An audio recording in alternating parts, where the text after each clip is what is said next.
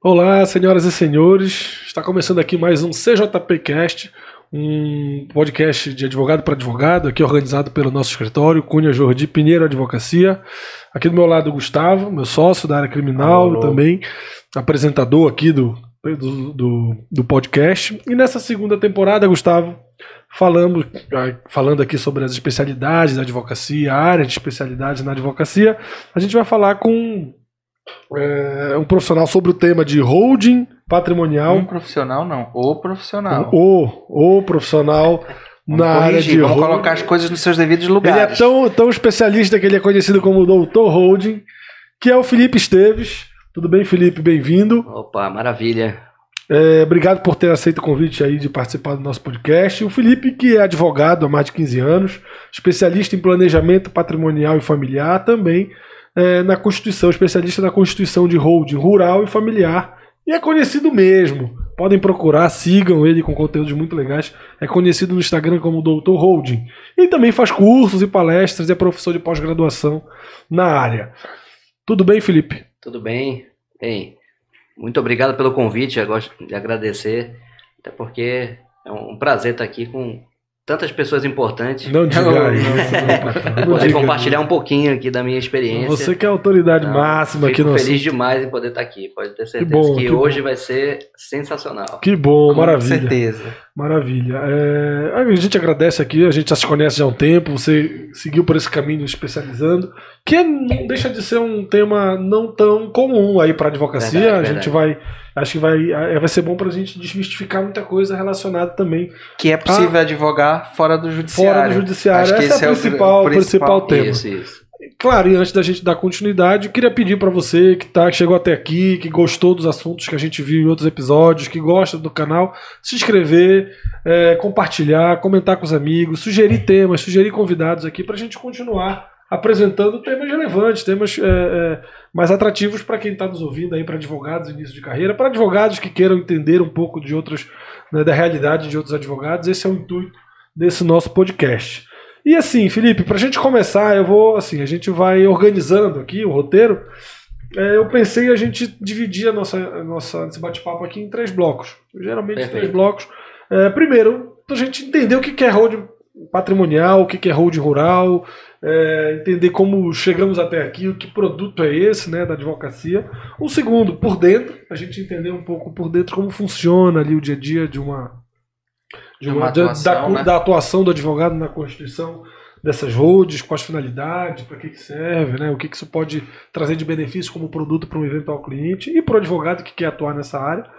E, por fim, a gente falar sobre temas aí já um pouco mais polêmicos, né? Sobre holdings que a gente pesquisa, quem pesquisa sobre esse produto, sobre essa atuação, encontra às vezes questionamentos dessa natureza. Acho que é uma forma da gente esclarecer também ótimo. Como posicionar, beleza? É claro também assim, não é uma garantia da gente seguir esse roteiro. Aí quase nunca a gente segue. O papo é que é o que comanda aqui. O que tem que compor aí para o papo é que comanda a nossa orientação. E se a gente tiver assuntos aqui, a gente vai ter como desenvolver isso da melhor forma. Perfeito. Só a recomendação aqui da produção, só para aproximar um pouquinho do microfone. O nosso produtor Gabriel aqui é bem cri-cri com isso. É justo. Vamos lá, Felipe. Esse negócio de vídeo é novidade meio para mim. Imagina, até parece. O cara tá acostumado a falar de lapela e falar na frente do microfone aqui. Isso aqui é muito chique, eu até Felipe, o que é holding patrimonial? Assim? E já engatando, além dessa pergunta, por que tu escolheu essa área? Como foi que a tua carreira em 15 anos de advocacia seguiu para essa área? Porque assim, eu já te conheço há um tempo e nunca foi, assim, antes não começou. Sonhei, me formei, vou ser advogado de holding. Não, mas como a tua atuação, a tua especialização, como tua carreira migrou para hoje trabalhar com esse produto e como é que você atua aí Perfeito. na tua advocacia? Indo direto ao tema, realmente, holding, a ideia vem do verbo to hold, que é justamente controlar, segurar, manter. É a ideia, como a gente vai ver mais à frente, de uma empresa que vai participar de outras empresas. Então, só um detalhe. Quem não entendeu o termo inglês, tem um curso ótimo na WhatsApp, você pode fazer também, se matricular. Claro, nosso patrocinador, não pode deixar. Nosso patrocinador master aqui do podcast, pode continuar. Eu sou aluno, inclusive soube falar to hold.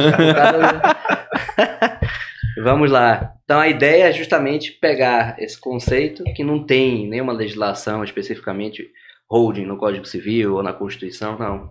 A gente traz isso da Lei da Sociedade por Ações, Lei 6404/76, que traz no artigo 2º, parágrafo 3º, um pouquinho da possibilidade de uma empresa poder participar de outras empresas e utilizar incentivos fiscais durante esse processo. Então, a gente observa que é um direito societário, a gente tem uma forte influência da Lei da Sociedade por Ações até do direito americano, norte-americano, e traz para a gente uma possibilidade de ter uma empresa que vai participar de outras num primeiro desenho, entendeu? Então, possibilidade de ter uma empresa que vai ser uma controladora, uma empresa de gestão, uma empresa que vai ter ali, como o próprio verbo diz, segurar, controlar, manter as empresas abaixo. Uma empresa mantenedora de alguma coisa. Exatamente. Mas de quê? É como se fosse uma empresa mãe, e aí tem a ideia de uma holding mãe, que é uma holding guarda-chuva, que ela vai ter um trabalho de gestão. Então, eu tenho empresas operacionais abaixo, para que essas empresas operacionais, por exemplo, não se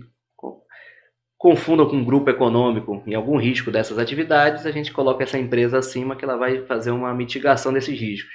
Ela vai estar vinculada com as 3, ou pode estar vinculada com uma só, mas nessa separação ela vai ter um alerta ali, uma gestão, um KNAI específico dela é de holding. Aí existe esse KNAI de holding, essa classificação nacional da atividade econômica, 6404, vou passar depois os detalhes aí para vocês. A gente vai aparecer. Isso. A ideia é que essa empresa ela traga para você uma possibilidade de você ter uma gestão mais eficiente ali, um controle.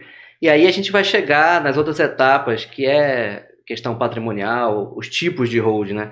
Holding patrimonial, imobiliária, familiar, rural, enfim. Aí tem essas nomenclaturas. Mas a ideia, o único momento que a nossa legislação traz isso é na Lei da Sociedade por Ações, que traz esse conceito.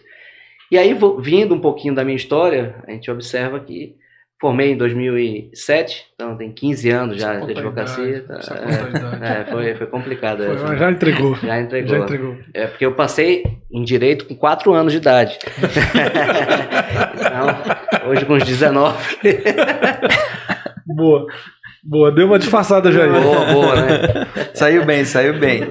E aí tu te formou em 2007? Então, aí morei em Brasília, fiz uma especialização, inclusive no IDP, sobre contratos e responsabilidade civil, e já fui migrando, depois retornei para Belém e fui migrando para a área, tentando trabalhar mais na área de contratos. Então já vislumbrava um trabalho mais de consultivo, um trabalho mais preventivo, e que não dependesse tanto do judiciário, e que a gente conseguisse implementar, de repente, algumas técnicas para tornar os contratos mais sólidos e reduzir esses conflitos ali.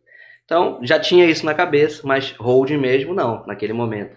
Então, depois eu fiz uma pós em tributário, essa pós já é mais recente, 2014, 15, e ali já trouxe muito esse aspecto da experiência que eu trabalhei em alguns escritórios de advocacia, depois montei um escritório de advocacia também, e nesse caminho todo percorri a parte contratual e percorri a parte de oferecer um preventivo e uma estratégia diferente. Fiz até auditoria trabalhista em várias construtoras, vários clientes. Então, eu já tinha essa ideia da gente evitar o judiciário ou tentar reduzir essas demandas judiciais. O conceito estava nesse sentido. E depois eu fui aperfeiçoando na parte tributária, trabalhando com recuperação de crédito tributário, planejamento tributário. Então, já estava direcionando, apesar de depender quase que 90% do judiciário ao longo dessa vida toda da advocacia, eu tinha a ideia de que... A tua concepção de advocacia, de carreira, era de atuação, era trabalhar não dependendo do contencioso, de um juiz julgando. Exatamente. Da tua atuação ser moldada, como o advogado no litigioso, né, no caso. A tua ideia sempre foi fugir do litigioso, então. Sim. Sempre trabalhar com o consultivo. A ideia era essa, né? Algum trauma aí assim, lá originariamente, eu tô falando por mim também, assim, mas a gente quando faz direito, se especializa ou decide iniciar pela advocacia, parece que a gente tem uma pressa de ir pro judiciário, de fazer uma ação, de entrar com processo. É uma coisa meio cultural da nossa área, do estudante, do cara que está se formando. Pelo que eu entendi aqui, desde o início a tua concepção foi fugir disso, ou o máximo possível, claro, mas trabalhar no contencioso. como foi assim que tu... Por quê? Foi algum trauma, alguma coisa? Ou experiência de estágio, ou o que alguma frustração de repente, que todos nós temos em algum momento, no início, no final, até por conta da atuação do judiciário, mas o que...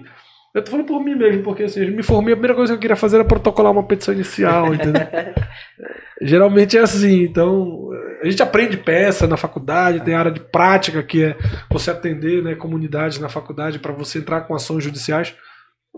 Assim, teu caminho parece a tua percepção inicial foi diferente da advocacia. É até legal questionar essa reflexão, sabe? E aí, pensando aqui de uma forma bem rápida. Nunca pensou nisso, pelo jeito. Já pensei, mas cada vez que eu penso a gente encontra uma outra saída. Acho que uma influência do meu pai, que já faleceu, mas ele trabalhava muito com contratos, então eu já tinha na faculdade essa proximidade. E ele também não trabalhava com judiciário, então talvez isso tenha sido uma influência forte. Legal. Quando eu fiz a especialização em contratos, eu tornei isso mais forte ainda. Mas quando eu encontrei no mercado uma carência de trabalhar única e exclusivamente com isso, a não ser que você fosse contratado por uma empresa específica e trabalhasse na parte de contratos, enfim, aí sim, nesse desenho eu já imaginava, não, eu tenho que pagar os boletos, né? Claro, tradicional, na faculdade, a gente não trabalha muito com preventivo e planejamento, muito pelo contrário, é judicializar tudo. Exato. Então, quando a gente vai pro mercado de trabalho, ele também está preparado para isso. E aí a gente vai num estágio, ou no primeiro emprego, ou no segundo, no terceiro, está direcionado para judicialização e tem que ter ali esse fomento, né? Então quebrar isso aconteceu muito quando eu comecei a montar o meu escritório, e aí eu já pude começar a escolher realmente uma área mais específica, um planejamento, enfim. E aí depois teve alguns episódios na parte já tributária em que eu comecei a utilizar tanto a rede social quanto as reuniões com o cliente para levar como se fosse um menu, assim. Olha, trabalho com esses produtos, digamos assim. E aí nesses produtos tinham planejamento tributário, lógico, defesas administrativas junto ao estadual, federal. Ele é um pouco melhor, um pouco mais tranquilo do que o E eu já tentava fomentar isso e trabalhei bastante tempo com isso, inclusive. E depois ia para a execução fiscal com as defesas, embargos, a execução, a exceção de pré-executividade. Mas eu já gostava dessa área porque realmente não tinha uma audiência frequente, é mais uma questão de tese especificamente, então você tem um contato com o juiz, mais para tratar de alguma questão específica, ou um mandado de segurança, ou um agravo, com um desembargador. Aí geralmente são teses mesmo. São teses realmente. De prova, não tem. Então eu já comecei a migrar e me identifiquei mais com essa área. Legal. Na minha opinião, eu não gostava de passar o dia todo no fórum para ter uma audiência, ou talvez ela fosse remarcada. As experiências que eu tive, a grande maioria acontecia isso, e aí eu comecei a repensar. Só que quando eu começo a repensar, eu começo a me distanciar da realidade do mercado, ainda mais do mercado de Belém. Então eu vou dando um passo para trás e vou ficando cada vez sem o holofote em cima de mim, né? Então teve que pagar esse preço, eu vou contar aqui um pouquinho depois também, mas faz parte isso. Entendi. Faz parte dessa etapa que você dá um passo para trás, de até um próprio autoconhecimento mesmo, para poder chegar a algum ponto. É uma decisão importante, porque assim, a gente começou o escritório, tem 11 anos que a gente começou o nosso escritório, e tudo que a gente queria era causas, demanda para ir para o judiciário, para levar para o judiciário, etc. Hoje a gente tem uma percepção de que o funcionamento do judiciário, até pelo tamanho, pelo volume de demandas, é humanamente possível você dar conta. Sem contar os vícios do judiciário que acabam emperrando. Tem casos nossos que estão hoje sendo julgados pelo segundo grau que tem 10 anos de tramitação.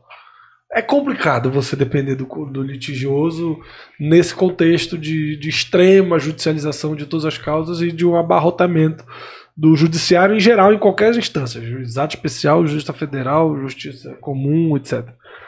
Então, assim, hoje a gente tem essa percepção depois de muito tempo. A maturidade nos trouxe essa percepção, que é mais ou menos o caminho do Felipe. Ele já pensava, mas... O legal é que ele conseguiu fazer isso antes, assim, ter essa percepção e preparar, porque assim, a gente é muito mais disposto a tomar certas decisões difíceis quando está no começo da carreira. Não tem filho, tem família, não tem... A fome é maior, a possibilidade de dar né, de inverter o eixo, de mudar o direcionamento é muito mais maior do que hoje, por exemplo. Eu costumo dizer que assim, ainda bem que eu fiz mestrado, doutorado e tal, na época que eu fiz, porque hoje era impossível fazer na dinâmica que eu fiz, morando em Belém, fazendo em São Paulo, viajando toda semana, etc, etc. É complicado. Então, assim, hoje com a maturidade a gente percebe assim, poxa, tudo que a gente quer é manter o nível de, claro, de faturamento do serviço da advocacia, fugindo do máximo possível do judiciário, aplicando inteligência jurídica mesmo aos processos, que é um pouco do que você conseguiu, muito por conta também das decisões que você tomou lá atrás, no início. A percepção tua foi, o timing foi importante para essa percepção de hoje. Esse é um ponto importante, porque hoje é mais fácil falar, né? Mas naquele momento que a gente está nessa transição, a gente até se questiona, né? Eu nunca fui aquele amante de uma advocacia, de embate e de ir para o judiciário e querer várias demandas como vocês. Eu não. Eu queria levar mais solução antes de ter a demanda. Eu não sabia como, porque na faculdade eu não fui treinado para isso. Nos escritórios de advocacia que eu trabalhei, não era repassado isso para mim. Era uma demanda já pronta ali e eu tinha que trabalhar nela. Então, quando eu cortei esse cordão umbilical e comecei a enfrentar o mercado ali, tendo o meu escritório, aí eu comecei a ter uma outra visão. Até, opa, posso evitar isso. Então, eu comecei a ser um solucionador de conflito, com uma base de contratos boa, uma experiência ali também boa, e na parte tributária, então, eu já conseguia fazer um mix. Antes de chegar na holding, ainda antes de chegar na holding, a gente poder ter esse mix de serviço, né? Putz, que legal, cara. E a gente tem... O latino, ele tem muita resistência a planejamento, né? A gente também tem, a gente está incluído nisso. Você o cantor latino, o cantor latino. Não, o cantor latino, vou fazer a holding dele, inclusive, mas... Fecha no AP Não, sim, o latino-americano. Voltando aqui à festa do AP. A ideia é festa do AP e dá para botar esse AP na holding, fazendo uma nova... A gente vai falar daqui a pouco. Pode perder também. Boa. Levanta a bola, corta. Levanta a bola, corta. Então, a ideia mesmo era... Nossa, tenho aqui... Fez até eu me perder aqui no caminho, né? Já tô pensando no latino cantor mesmo. O latino-americano não é muito de planejamento. Planejar. Eu imagino que você ainda tá com uma resistência qualquer. Exatamente. Como é que eu vou oferecer um produto onde a faculdade não prepara a gente, os escritórios tradicionais não preparam a gente, e os empresários também não estão preparados para receber esse tipo de oferta ali. Eles não veem o valor prático não vê, do produto. Porque quando ele vai ser preso, ou quando está bloqueado a conta dele, ou quando tem alguma... É a cultura do litígio. A cultura do litígio, exatamente. Então, nesse desenho, fica mais claro mostrar assim, só quando está no desespero mesmo ali, que não tem mais jeito. Até para cobrar financeiramente, o cara vai enxergar quando ele tá com a corda no pescoço, ele não vai, olha, eu consigo fazer com que a gente nem coloque um nó nessa corda. Não, mas aí tu vai me cobrar tudo isso pra fazer? Não, então deixa quieto. O cara prefere que a corda aperte no pescoço dele pra ele poder enxergar o valor da coisa. É o senso de urgência também, assim, é de você valorizar. Se o cara já sofreu 1, 2, 3, ele vai dar valor ao teu serviço pra não sofrer a quarta. Exatamente. Mas o cara que não sofreu nenhuma, ele vai imaginar como um custo. Ele nunca passou por aquilo. Então, é uma coisa nova, oferecendo uma coisa que eu nunca passei. Natural, eu vejo como natural, tá? Sim, pela cultura. Natural, Então, para quebrar isso, não adiantava eu bater de porta em porta e falando, olha, eu trabalho com planejamentos diversos. Não, eu tinha que passar por uma etapa em que realmente eu conseguisse demonstrar... Criar o mercado. Criar esse mercado, exatamente. Demonstrar uma coisa que efetivamente fosse mexer ali com ele. E eu pensei, naquele momento, sem trabalhar com hold, quando eu dei um passo atrás, eu falei... Eu tenho que oferecer, para continuar na advocacia e para não ir para medicina... Começar uma faculdade nova... Eu tenho que pensar em alguma coisa interessante para poder oferecer aqui. E aí tem que mexer no bolso, aí tem que mexer na cabeça e no coração dele. Eu tinha essa ideia. Não sei porque eu tinha essa ideia, mas eu tinha essa ideia. Porque se acontecesse comigo, era um pacote completo que ia me convencer. Ali que eu vou sentir, de fato. Ali que eu vou sentir. Então, talvez o planejamento estivesse mostrando para ele só uma economia futura... Que é pouco palpável. Que aí todo mundo oferece um planejamento, então fica muito palpável. Eu tinha que incluir ali. Então a ideia do planejamento era a parte tributária, planejamento tributário, estratégias de contratos e tudo mais. Mas realmente eu tinha que mexer com outras etapas. E aí foi rede social e oferecendo esse trabalho ao longo do... Rede social, assim, bem no início mesmo. Eu lembro da tua rede social no início, falando sobre tributário, bastante, sobre planejamento tributário. Então a ideia era estudar e colocar o tema ali à disposição, enfim... sem pretensão nenhuma de, num primeiro momento, de, vou depender da rede social, vou ver de rede social, não. Era uma forma de eu divulgar teu trabalho. Divulgar meu trabalho e estar ali puramente informativo, né? Vou falar sobre um tema, então eu vou estudar ele um pouco mais, tal. Enfim. Muito legal, duas coisas que tu falaste aqui, eu queria, não estava no roteiro, mas assim, foi bem bacana a tua resposta. Você falou o seguinte, a faculdade não prepara os primeiros estágios, ainda era na cultura do litígio, que de fato é existente, a gente sofreu isso, viveu isso e vive ainda. E assim, é muita coisa. É mais uma importância assim, que eu vejo da gente compartilhar esse tipo de conteúdo, porque é o seguinte, uma coisa que a gente defende muito hoje é assim, você encontrar um estágio perfeito. Uhum. E muitas vezes o estágio perfeito não é no melhor escritório, que tem o melhor nome, maior banca, mas é aquele cara que vai, dependendo do teu estágio de decisão da tua carreira. Eu quero ter experiência na advocacia. Muitas vezes eu quero ter insights como um tal advogado tal, A, B ou C. Muitas vezes você vai para um escritório grande, você vai lá para um setor do escritório onde você vai ser mero operador e não vai trocar com ninguém. Ninguém vai te mentorar, ninguém vai te direcionar, ninguém vai te fazer. Se você quiser ter acesso a grandes causas, grandes clientes, muitas vezes é nesse escritório que você vai estar, que você vai conseguir atuar nessas áreas, mas muitas vezes sem o apoio do advogado que vai te orientar como resolver esses problemas. Vai ser só na pressão. Muitas vezes você prefere um direcionamento. Eu tô meio perdido, não sei o que fazer, e eu vou para um direcionamento. Muitas vezes vale a pena você ir para um escritório menor, onde você não vai trabalhar com causas tão relevantes, mas você vai ter um cara que vai te orientar, vai ter... E assim, é uma coisa que você não teve, a gente não teve na fase de estágio, o primeiro emprego, e quanto isso pode ser fundamental para a escolha da tua área de atuação. Você teve a sorte de ter, sorte não, mas o destino de ter o pai que se especializou na área de trabalhava na área de contratos, te fez perceber isso antes. Eu tive meu mentor também com meu avô, mas era advogado. Ele sempre falava pra mim, cara, tu não pode ser administrador de escritório, tem que ser advogado, raiz. É a leitura dele, foi como ele deu certo, foi como ele teve sucesso na carreira dele.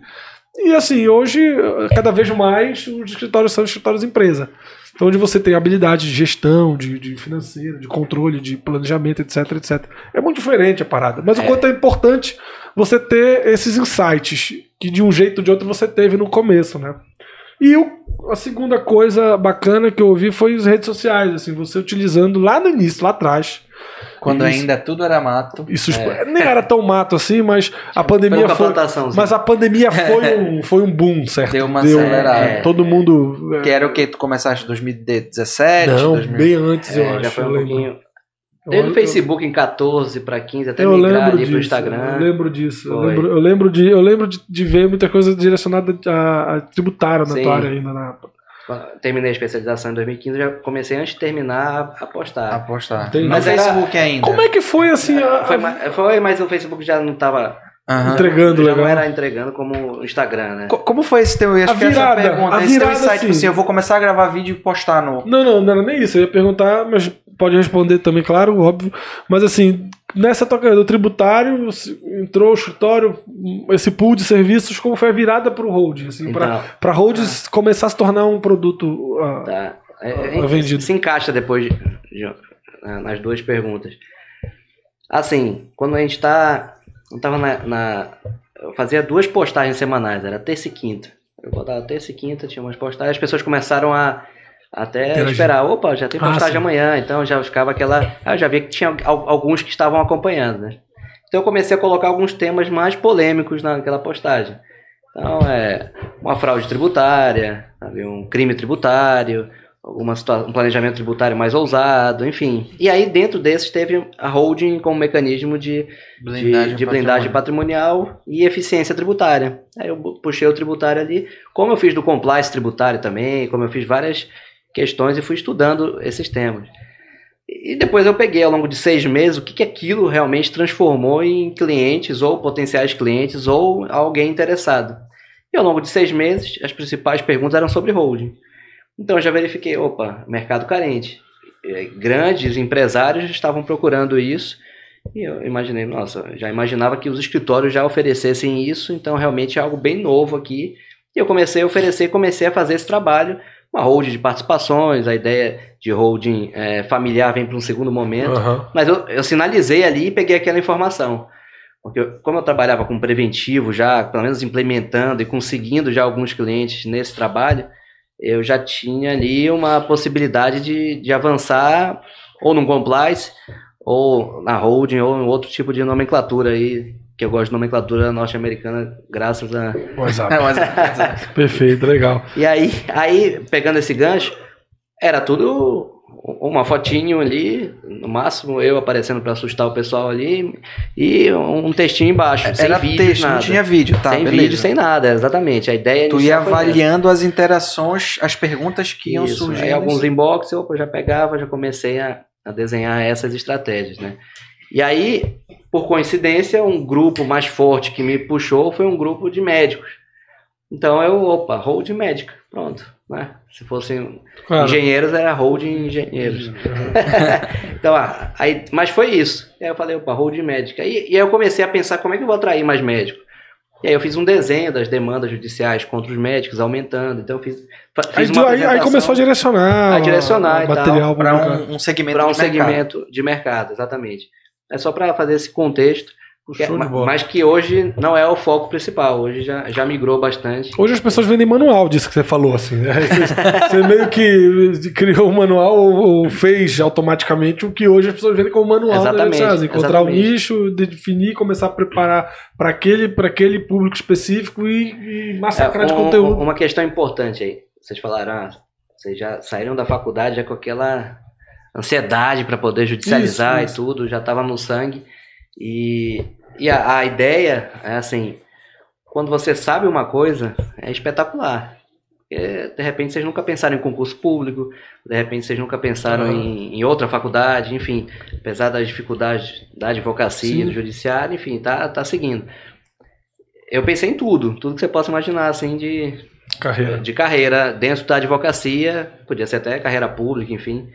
E migrei por muitas, eu trabalhei em 4 escritórios de advocacia, estagiei na parte criminal do Tribunal de Justiça, fui para 2 prefeituras como procurador do município lá, momentaneamente. Então, eu migrei por vários caminhos, a parte ambiental também, a parte agrária. Então, eu tive um leque de opções aí de umas 7 ou 8 disciplinas tranquilamente do direito. Mas nenhuma me motivou assim como eu estava conhecendo esse trabalho da holding, sabe? Conhecendo esse trabalho... Lógico, a demanda foi surgindo, eu fui estudando mais, fui vendo que, é um mercado realmente interessante. Teve um cliente lá em 2010, 2011, inclusive em Marabá, que ele, numa das audiências que eu fui fazer com ele, também ficou, se a gente for pegar um pouquinho ali, ficou isso dentro da minha cabeça, a informação de que ele já tinha uma holding para a família dele, é um grande produtor rural, empresário lá de Marabá, e ele falou, olha, vem conhecer aqui minha fazenda. Na época eu fui lá e surgiu ali a ideia de falar, existe realmente esse produto.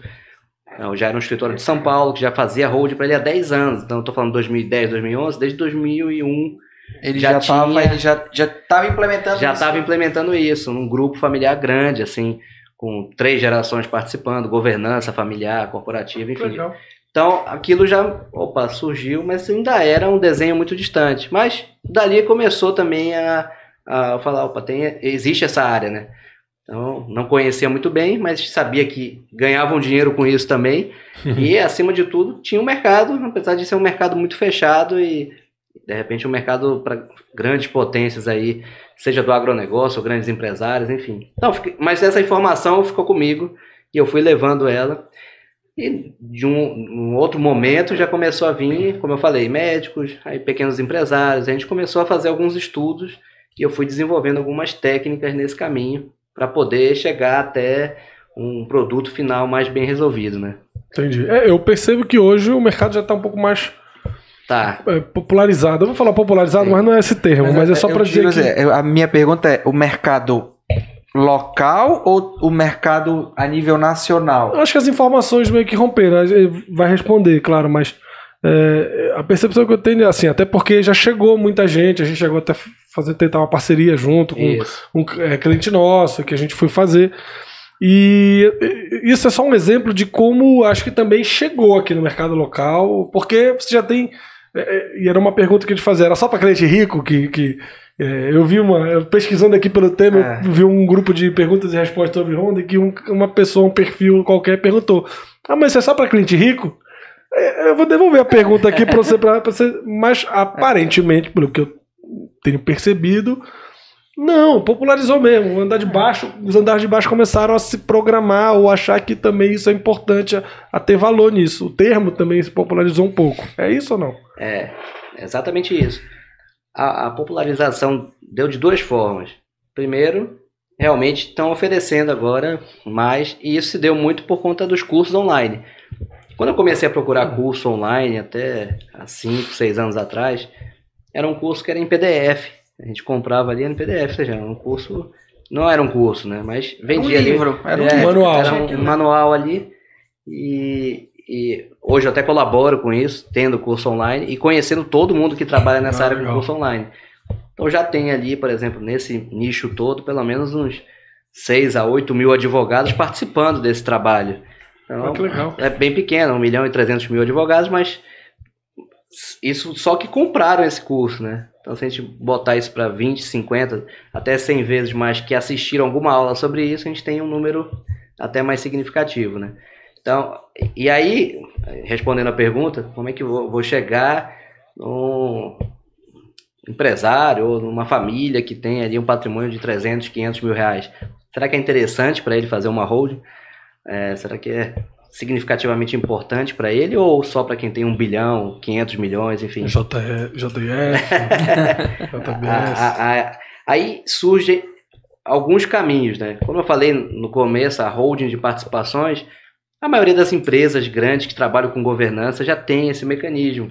Você estabelecer ali dentro do escopo uma empresa que vai participar das outras, vários filhos e netos já entram com a sua holding pronta abaixo, entendeu? Não é mais pessoa física, nem é pessoa jurídica, já é uma holding dele para poder entrar ali como participar da atividade. E tem uma série de acordo de sócios, protocolo da família, enfim, uma série de estabelecimentos jurídicos, societários que envolvem toda essa governança. Mas isso fica lá para realmente aquele patamar muito alto. Não vou implementar isso para o seu João, que tem um patrimônio de 300 mil reais, toda essa estrutura, onerar ele nesse sentido.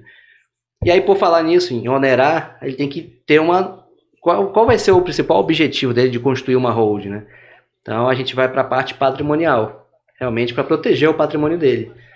Eu tenho um imóvel na minha pessoa física, a própria Constituição já assegura ali um bem de família, enfim. Então, em regra, seria essa proteção que eu estou buscando.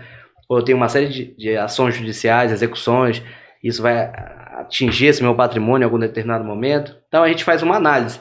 Eu desenvolvi um checklist de informações e documentos para eu fazer esse crivo inicial. Ajuda antes de falar se vale a pena ou não. Exatamente. Então, no primeiro olhar, eu já visualizo, de repente, alguns dos pilares, que é o quê? Pilar de proteção patrimonial, um pilar de planejamento sucessório e um pilar de vantagens tributárias. Então, a gente pegando esses 3 pilares, o que é proteção patrimonial? O patrimônio da pessoa física, ele está ali sem proteção nenhuma, né? Então, o CPF teve alguma ação judicial, alguma questão, já vai ser atingido logo de imediato. Então, eu tirar ele e botar dentro de uma pessoa jurídica, eu já tenho uma etapa mínima de desconsideração da personalidade jurídica, com o CPC de 2015 trazendo o incidente processual e criando regras ali de confusão patrimonial, desvio de finalidade, e trazendo o Código Civil para um aspecto importante, sobretudo com a Lei da Liberdade Econômica, agora recente, 2019, Sim. que trouxe a possibilidade de eu interpretar ali o artigo 50 do Código Civil com um regramento mais dificultoso ali, justamente para a gente poder elencar uma série de questões envolvendo desvio de finalidade, confusão patrimonial, e esse preenchimento desses requisitos não ter aquela desconsideração de forma imediata e quase que automática. Então isso deu força a um mecanismo de eu tentar proteger dentro de uma pessoa jurídica, lógico, se eu tiver fraudes à execução, tramitando, fraudes a credores, fraude trabalhista, ambiental, isso vai ser um castelo de areia que vai ser derrubado ali. Mas dentro de um planejamento de uma família ou de um empresário que está pretendendo proteger dentro dos riscos de uma atividade que pode acontecer, tendo uma segurança, a gente faz esse crivo no checklist. Aí a gente passa para uma outra etapa, que eu desenvolvi o estudo de viabilidade patrimonial e familiar. E ali sim eu vou colocar em prática para saber realmente quais são... Ou seja, dando sim no primeiro crivo, passa para o segundo. Isso. Então, esse primeiro crivo hoje já é automático, num bate-papo de 15 minutos eu já consigo filtrar. Vamos respondendo essa pergunta. Eu tenho um patrimônio de 500 mil reais, mas eu tenho, de repente... 4 filhos que estão brigando ali antes de eu falecer, inclusive. Estão torcendo, metade torce para que eu vá. E já está sabendo que vai ter esse conflito. De repente é interessante eu fazer esse planejamento em vida, E aí a gente entra no planejamento sucessório.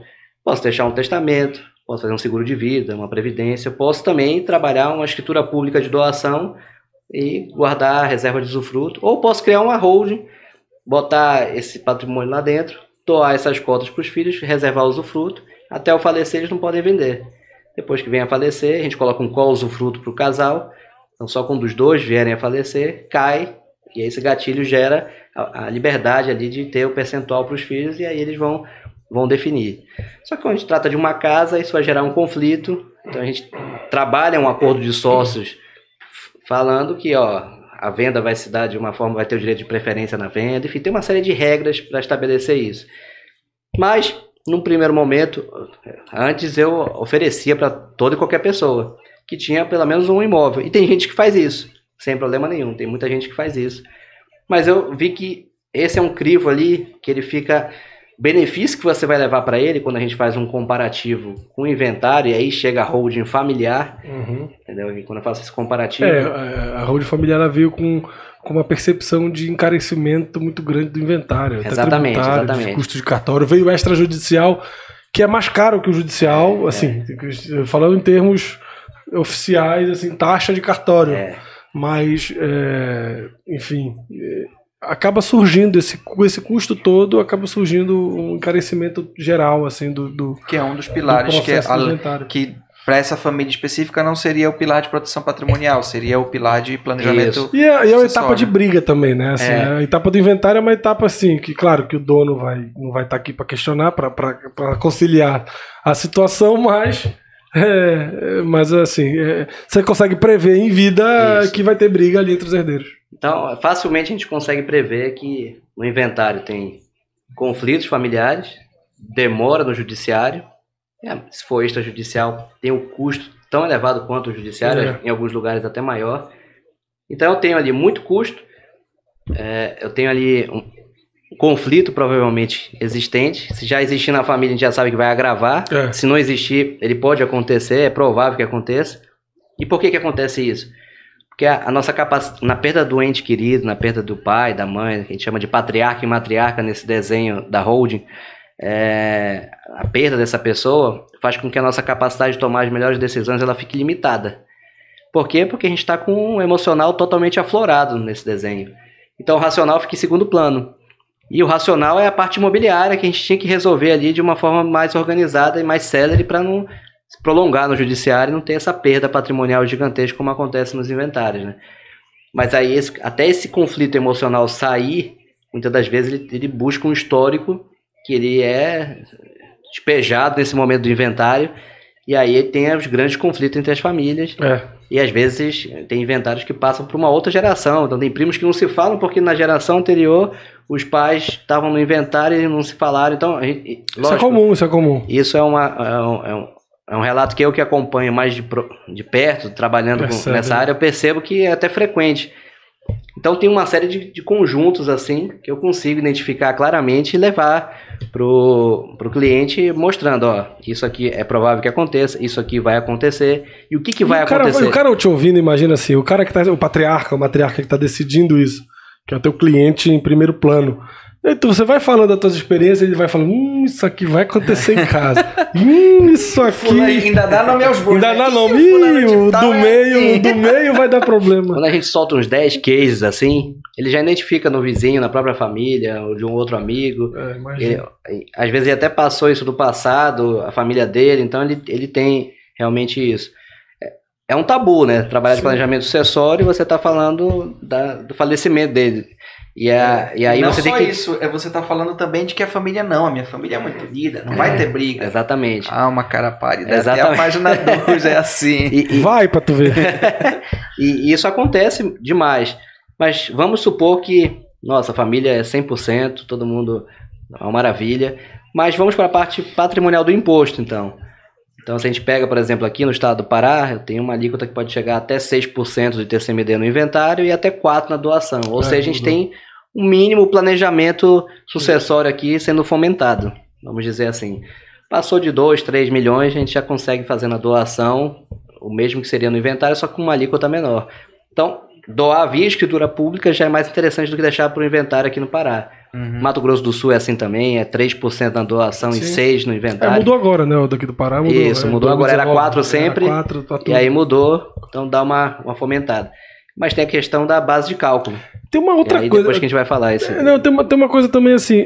Tem gente que não percebe também o valor do seu patrimônio, por exemplo. Tem uma família que tem, assim, não é abastada, mas que vive de maneira razoável.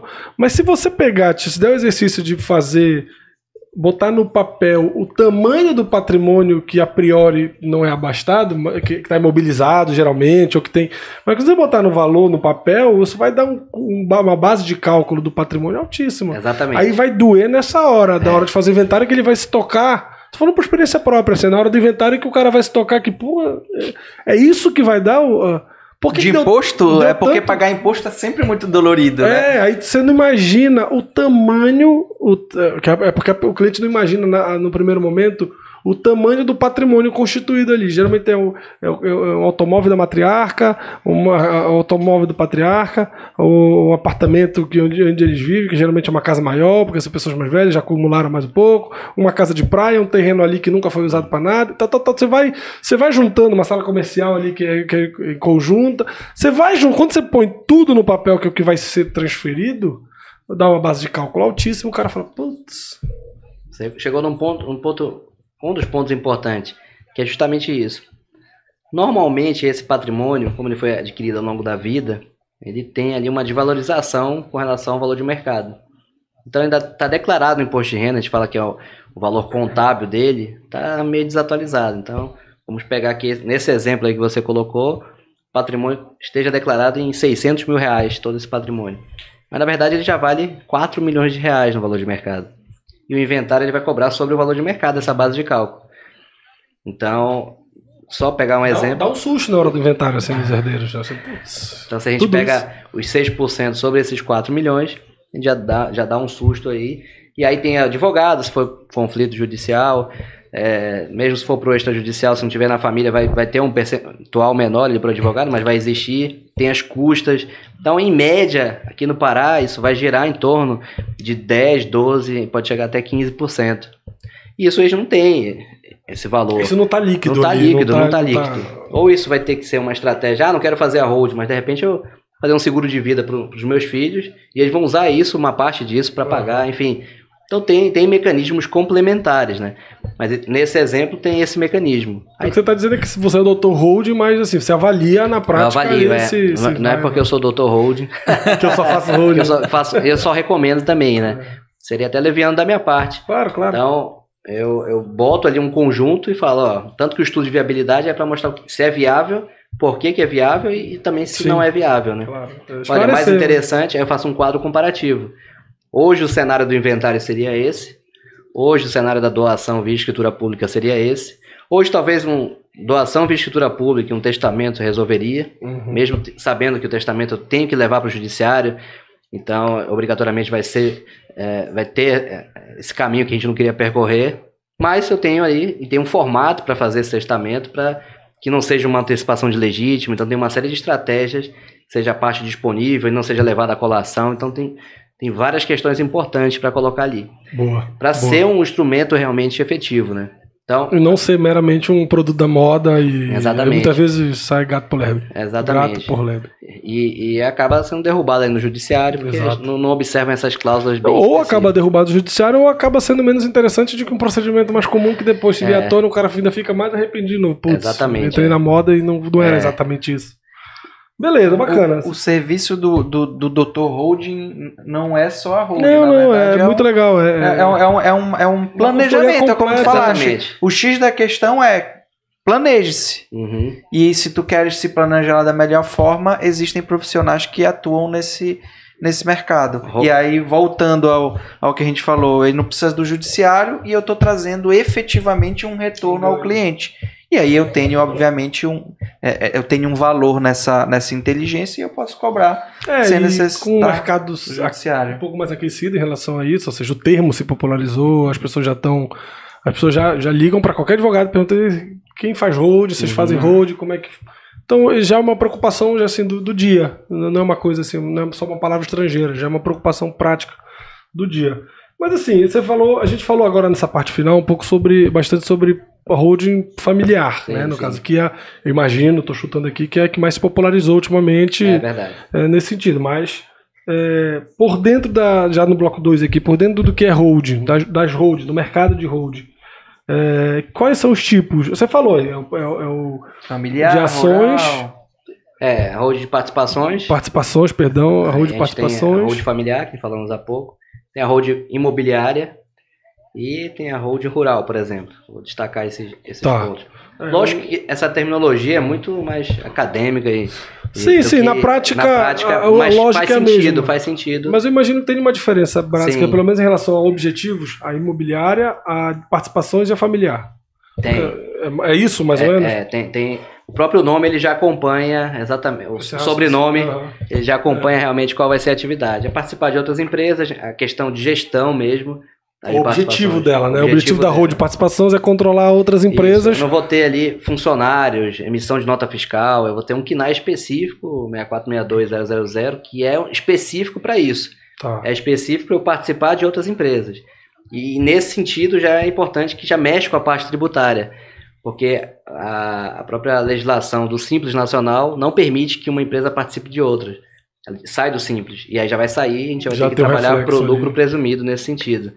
Como um exemplo, por exemplo. Beleza. Pode ser para o real também, mas o presumido nesse desenho é mais interessante. Geralmente Pegando o gancho participações. Familiar. Familiar por quê? Porque a gente tem um planejamento sucessório ali. Tem mais a ver com a sucessão, a matriarca não querer passar essa confusão, esse problema para os herdeiros. Isso. Então a gente já antecipa. Como é que a gente faz isso? A gente integraliza o patrimônio, doa as cotas para os filhos, condiciona ali e pronto. E faz um contratinho entre sócios para poder regulamentar. Exatamente. Já deixar tudo preço Isso vai começar a construir a holding rural num mecanismo maior ali na frente que a gente vai falar por último. Imagino que o rural seja uma extensão, uma subdivisão da familiar. Isso, como se fosse familiar urbana e familiar rural, vamos botar assim. Tá, mas aí depois eu vou construir um pouco tudo isso, que dá pra gente trabalhar com todas em formatos diferentes. Então participações, a holding de participações, holding familiar e a imobiliária. Imobiliária.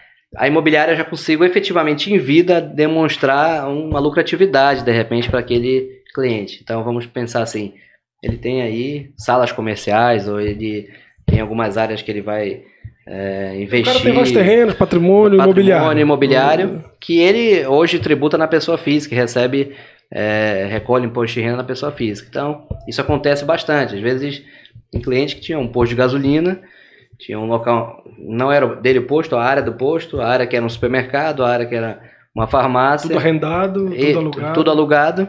E só de recebíveis ali chegava em 60, 70 mil por mês. Então a gente já tem uma alíquota ali de 27,5%. Gabriel gostou aí. Né? Opa! A gente já tem uma alíquota ali de 27,5%. É pesada. Pesada. Lógico que tem uma estratégia contábil, mas vamos pegar esse número para trazer aqui uma possibilidade para um cliente aí, de algum colega que esteja assistindo também, pode até oferecer esse caminho. É justamente a ideia de eu tenho essa tributação já, e aí eu já mostro para ele, a gente pode colocar esse patrimônio dentro de uma empresa, trabalhar ali esse patrimônio para que ele fique organizado, e como é que funciona essa organização dentro da empresa. Hoje a gente tem alguns custos nesse caminho. Eu vou ter uma pessoa jurídica, pagar um valor para criar uma empresa normal mesmo, na junta comercial. Vou ter uma contabilidade mensal regular, e ali, por não ser uma empresa que tem tantas atividades, é uma empresa mais simples, a gente tem a possibilidade de fazer um valor, aí, um pacote com a contabilidade, que é fundamental nesse trabalho. O contador é um trabalho de 4 mãos, porque o contador ele vai cuidar do operacional ali. Volta a questão das parcerias que a gente falou um Exatamente. episódio Hoje atrás. um dos principais parceiros meus são os contadores, porque eles encurtam esse caminho, eles têm acesso aos grandes empresários, aos produtores rurais. Sim, como captação e como exercício do próprio trabalho. Sim. Exatamente. Então tem os dois caminhos ali. É bem interessante essa parceria. E aí a gente tem um outro ponto, que é justamente o que a pessoa jurídica vai tributar, que é mais interessante do que a pessoa física. Então, eu crio a empresa, integralizo esse patrimônio, e eu tenho alguns custos até ficar redondinha essa empresa, digamos assim. Eu passo pela questão do ITBI na prefeitura, em regra, eu tenho uma imunidade incondicionada da Constituição Federal, enfim. Então, teria que me dar uma certidão, mas eu não posso exercer uma atividade imobiliária de locação ou compra e venda, porque senão eu vou parecer uma imobiliária e ali eu já perco essa imunidade. Então, pelo menos por 3 anos, que é o que prevê ali a Constituição, Código Tributário Nacional e o Código Tributário dos Municípios, que repetem essa parte no Tributário Nacional. Então, eu tenho aí um desenho bem interessante desse mecanismo, em que eu posso pagar o ITBI aqui em Belém, 2%, sobre o valor ali na integralização. Vou no registro de imóveis e mudo a titularidade, tiro da pessoa física e boto na jurídica, pago ali a verbação para mudar na matrícula. E eu mostro isso para o cliente, que tem todos esses custos, uma tabela, um planejamento financeiro. Tem que ter todas as informações para tomar a melhor decisão. Exatamente. E que, de repente, daqui a 1 ano, ele já começa a ter uma lucratividade, ou daqui a 6 meses. E aí vai depender muito do cálculo que a gente vai fazer. Então, a hold imobiliária, por exemplo, a tributação via lucro presumido, ela já cai para 11,33 contra os 27,5.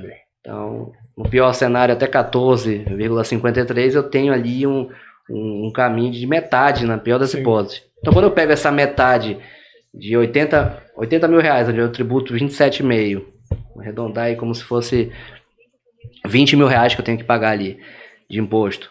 Eu jogo para uma que tem 10, eu tenho uma despesa de 50 para montar toda essa estrutura, pagando TBI e tudo. Depois de 5 meses já começa a ter um lucro, fazendo uma analogia assim bem um cálculo bem rasteiro, mas aí você consegue demonstrar para ele. E ainda mata a questão do patrimônio, da sucessão, ou seja, você faz o patrimonial, você faz a hold imobiliária que já serve também como eu posso doar essas cotas e ficar usufrutuário pai, mata dos quem vai receber. Usufruto é o direito patrimonial e político. Direito político de votar e administrar, então ele mantém o poder de administrar, desfazer a estrutura, se ele quiser, inclusive, ele tem 100% de autonomia, e receber esses recebimentos aí da distribuição de lucros ou do um prolabore, enfim. Pô, show de bola, show de bola. É um mercado bem, assim, eu te ouvindo é fácil, né, dizer, mas parece bem maduro já, e bem factível hoje, no nível de mercado que nós estamos. O advogado que, vamos lá, como posicionamento do advogado nesse cenário, assim, você falou um pouco eu tô falando de captação, tá? De captação de cliente. Tá ótimo. Eu percebi que você, não vou responder por você, mas pelo que eu percebo, pelas tuas postagens, ou seja, foco no marketing, você consegue entregar esse produto no marketing de maneira muito clara, muito direta, perceptível para quem acompanha. Então acompanhem, sigam o Dr. Holding.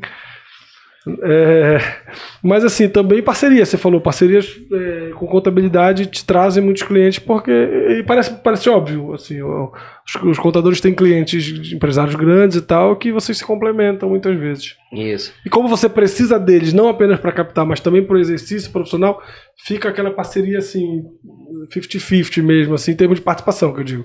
Fica uma parceria de 2 mãos mesmo. Isso, exatamente. Outras estratégias assim, de captação? Sim.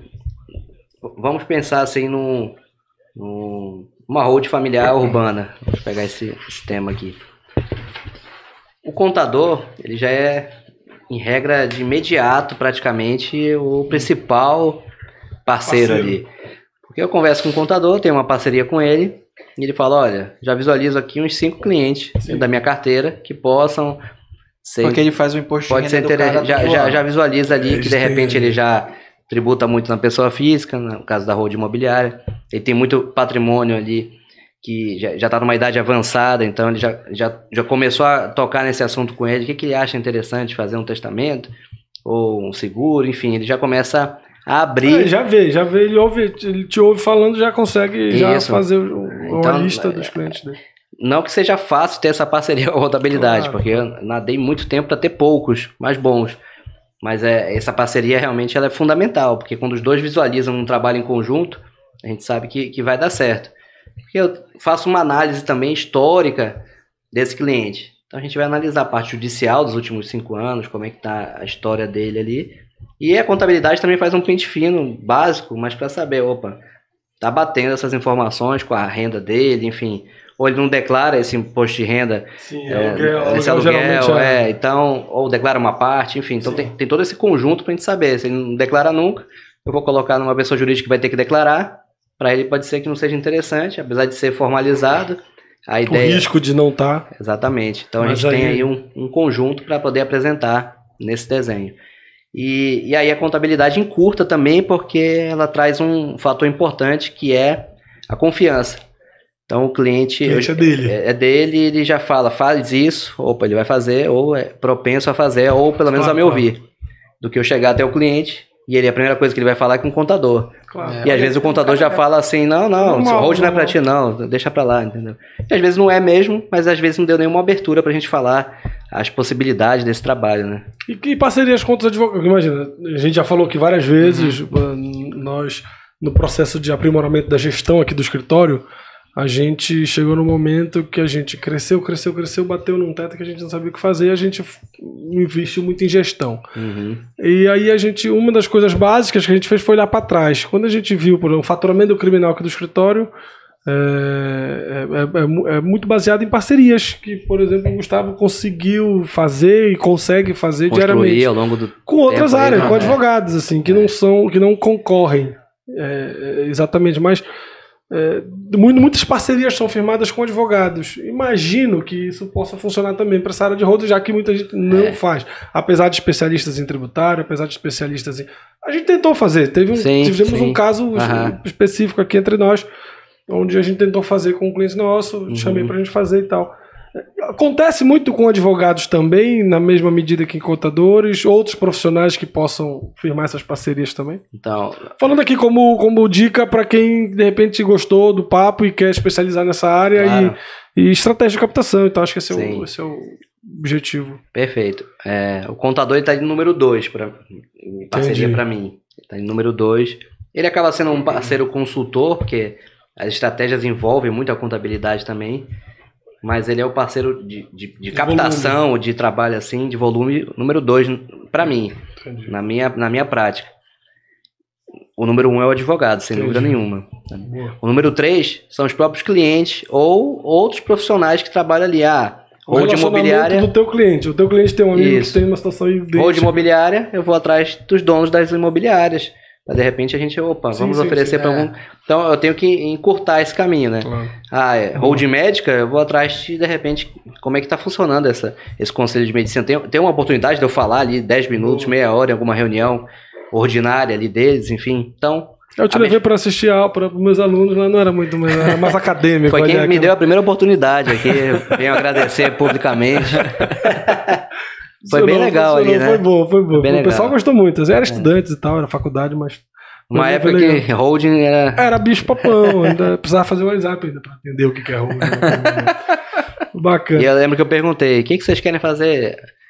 Concurso público? 95% da turma. É a realidade. Aí eu fui falar de holding, eu tive que convencer eles ali. Não, mas convencer, porque é a falta de conhecimento desses produtos que a advocacia pode oferecer. Porque muita gente fala assim, que nem o advogado sabe. Exato. Nem o advogado consegue enxergar isso como, principalmente o mercado nosso local, que tem a cultura do litígio. Exatamente. É diferente de mercados lá fora, como São Paulo, por exemplo, os caras já estão testados, já estão experimentados. Ele já falava 10 anos. Já falava isso. Que veio... Desde 2010, né, que tu falaste aqui. Aí, aqui isso tem o quê? Acho que se tiver 10 anos é muito ainda. Isso, que tá 2010 que eu descobri que já fazia 10 anos, né? Então, a gente botando nisso nos anos 2000, que já existia no Pará. Mercados mais aquecidos normalmente, agora isso chega naturalmente um pouco mais lento aqui. E que bom que você conseguiu, assim, popularizou na mesma medida... em que também teu nome cresceu nessa área. Então, meio que acompanhou um movimento de mercado interessante que hoje te faz ser uma referência local, na pior das hipóteses local, regional aqui nesse mercado. Isso é legal, é muito bom ver, assim. Mas assim, ainda focando em direcionar o conteúdo para quem está assistindo, para quem está de repente gostando, para quem está pensando, isso é não conhecia esse negócio e de repente depois de assistir esse debate, essa conversa, isso é uma oportunidade de atuação. A correlação me parece muito clara, não sei se tem outros, mas com áreas do direito. O cara, para trabalhar com holding, tem que gostar e saber tributário, para poder entender qual o melhor enfim, regime tributário, com a melhor política ali de planejamento tributário, societário, porque você vai criar uma empresa por uma coisa que antigamente ou tradicionalmente não é relacionada à propriedade privada, que você está tornando como uma propriedade empresarial, você está constituindo uma empresa. Sucessões, especialmente. Alguma outra, não? Contratos. Contratos, família, aí tem o imobiliário. E aí, dependendo do nicho específico, a gente faz um consultivo, pegar a parte rural. Eu tenho que dominar um pouco da tributação no agronegócio, que é diferente da tributação que a gente viu na faculdade, ou que tem essa noção mais ou menos. E os contratos do agronegócio, parceria rural, arrendamento rural. Os objetos da próprio estudo do agrário. Exatamente. A questão de propriedade rural, ou seja, você vai para um direito agrário também, tem alguma... Então tem vários pilares, realmente. Entendi. O tributário, tem... É multiespecialidade mesmo, assim. Lógico que dominar todas é impossível, mas eu já tinha um pouquinho na veia da parte de contratos e da parte tributária. Então, o sucessório ele veio como uma ferramenta que eu fui construindo. Então, esses três, sem dúvida, são os principais. Mas eu tenho ali que ter uma noção mínima contábil, mesmo não sendo contador, de tanto que eu converso e me reúno, já pego um pouquinho da parte agrária e do agronegócio, e aí pegando a parte da hold rural, que o agronegócio é como se fosse um filão do direito comercial ali do Fábio Ulloa Coelho, mostrando a minha idade. Comercial. Mas a ideia é uma fatia do empresarial ali. O agronegócio ele não é o agrário, ele tem essa diferença. O agrário ele está mais específico ali para realmente... Patrimônio agrário. O patrimônio agrário. O imóvel. Isso, e busca muita regularização fundiária naquele caminho. O agronegócio é o agronegócio é as cadeias de contrato que vão desde o produtor rural até os países lá de fora. Então, ainda bem que é pop, é tech. É tudo. É tudo. Até essa mesa aqui está mostrando isso. Dominando aqui.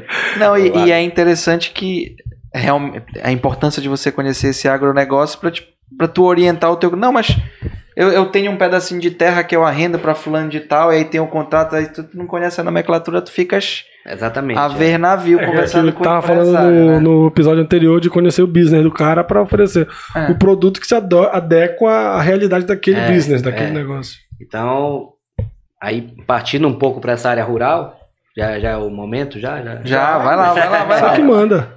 Na parte rural, aí eu vi um filão interessante. Mesmo morando em Belém do Pará, né? Qual é o agronegócio que tem aqui em volta? Zero. A gente vai se distanciando e vai chegando. Passa um pouco de Castanhal, vai para Paragominas, sul do Pará, sudeste do Pará, Xinguara, Redenção, Marabá, Maropebas, enfim. Mas também não é aquele que está fomentando querer fazer holding o tempo todo. Nenhum tipo de planejamento sucessório, mas tem esse agro. Só que o agro do sul, que na verdade começou no sul, e ele foi subindo para o centro-oeste, passando um pouco do sudeste de São Paulo, ele está chegando, veio para Tocantins, Pará. Por quê? Porque a terra é mais barata aqui. Então ele tem possibilidade de vender, muitos fazem isso, vendem a área dele lá, não tem para onde crescer, mas no sul, tá tudo fazenda do lado de fazenda, vão para uma parte no sudeste ali de São Paulo, já não cabe mais, vão para o centro-oeste, e aí começam a ver que o valor da terra está gigantesco, o valor do hectare, do alquer, como a gente fala, dependendo da região. Então tem ali um fomento dos próximos anos de Rondônia, Pará, Roraima, enfim, ter esse boom aí de compra de terra, como já vem acontecendo bastante. E normalmente essa compra se dá por grupos, e esses grupos já são formados por holdings ou algo parecido. Já então, é holding adquirindo. Exatamente. Assim, a gente vê um movimento de que a pessoa física constitui patrimônio, começa a variar esse patrimônio e traz e cria holding para a holding manter esse patrimônio e administrar esse patrimônio não em pessoa física, pelas todas as vantagens que você falou aqui. O que você está falando agora é que já existe um movimento da própria holding funcionando como empresa propriamente dita, aumentando o patrimônio. Exatamente. Representando a participação do... Os grandes grupos, eles já fazem isso. E aí, vamos pensar, um grande grupo, um investidor de fora, ou uma instituição financeira, ela prefere comprar uma fazenda que está no CPF daquela pessoa, ou num CNPJ que ele puxa e já conhece toda a história ali.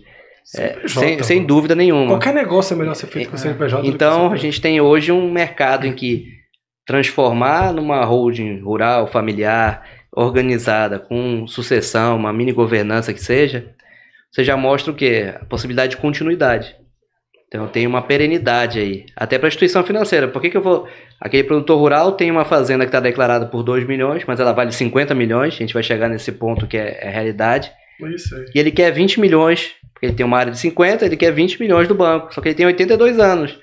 O banco não vai dar mais isso. Vai dar 2 milhões para ele, porque a expectativa dele já está acima da média. Então, o que ele vai ter que fazer? Mostrar para o banco, a gente fala que isso se torna plenamente auditável pelo um compliance interno do banco. A diretoria já fala, Felipe, mostra para mim que vai ter uma continuidade. Então, a gente monta uma estrutura onde vai ter uma continuidade. Que só a empresa, só a hold vai ter, não só isso. Porque na ausência dele está comprovado que no não acordo deixa de existir, não vai deixar de existir, e prioritariamente as despesas com esse empréstimo, com esse crédito rural, ele vai... Ou seja, vai em paz que o negócio fica salvo. Exatamente. É muito legal a lógica. A lógica que a gente está partindo de uma lógica claro.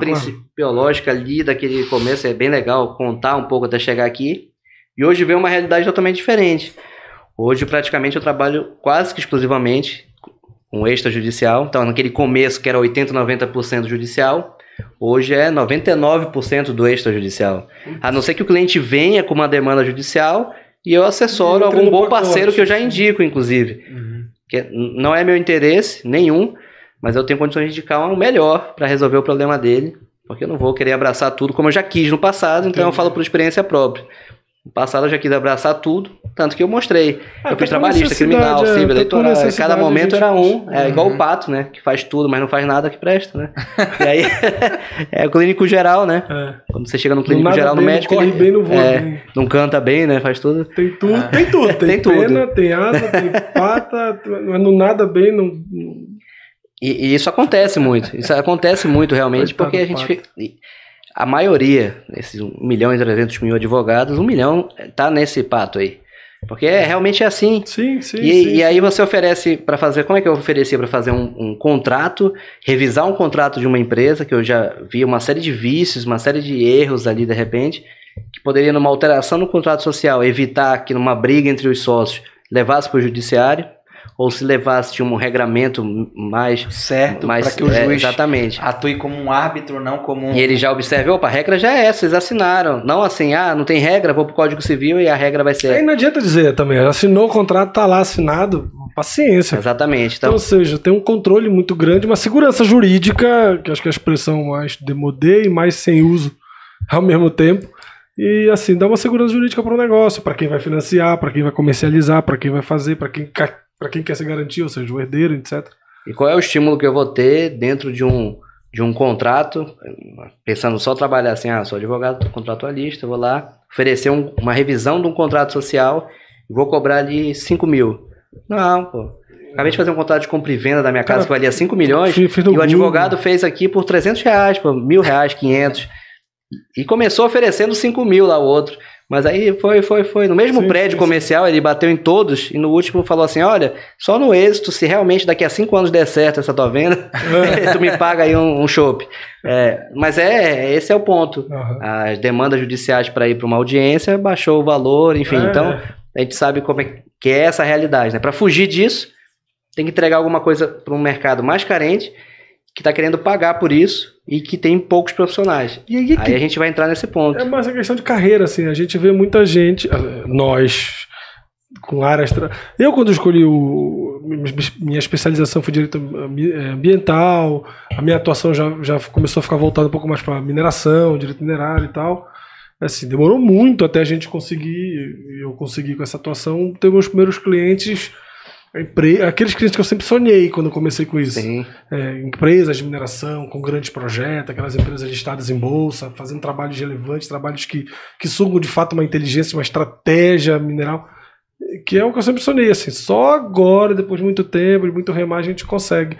O quanto necessita para você chegar nesse resultado, que imagino mais ou menos a tua realidade hoje, quanto o advogado precisa fugir do beabá, fugir daquele tradicional. O Gustavo estava falando em alguns episódios, a necessidade de você, na hora de conhecer o business do cara, do teu cliente, você ter essa multi-especialidade, você ter... Até a skill de falar com o cliente, de se vestir na frente do cliente.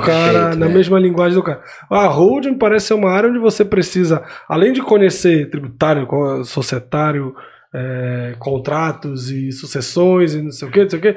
Além de conhecer tudo isso, de você buscar cada vez mais, assim, você misturou isso tudo e produziu, que eu digo, existe um produto que saiu da mistura disso tudo. Sim.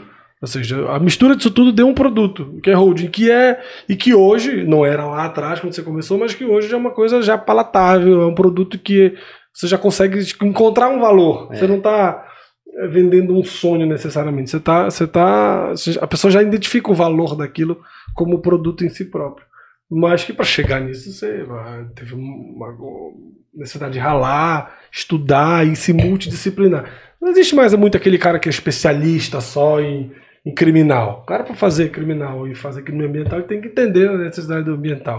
O cara para trabalhar crime tributário, ele precisa se especializar, ter uma noção mínima ali de tributação, de como se incide a norma tributária, a norma de fraude fiscal qualquer, e também ter o conhecimento do criminal para poder atuar de maneira... Dar o suporte correto ali. Então, a advocacia está nisso. Não existe mais aquele cara que é exponente. Ele é especialista, mas ao mesmo tempo que ele é especialista, ele é multidisciplinar. Ele tem que ser tão bom especialista quanto generalista.